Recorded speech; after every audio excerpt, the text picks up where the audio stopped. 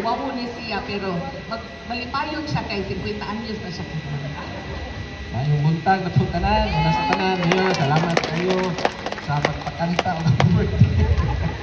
Ito, salamat lang sa Ginoo nga ginuwayan pa niya ang pagbuhay na abot kita mo 50 anyos na himo gyud kong golden boy.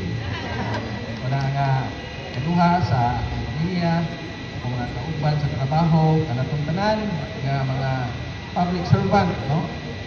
Daghang salamat po sa inyong pagkanta o birthday. Ako ay kasi 50 birthday niya.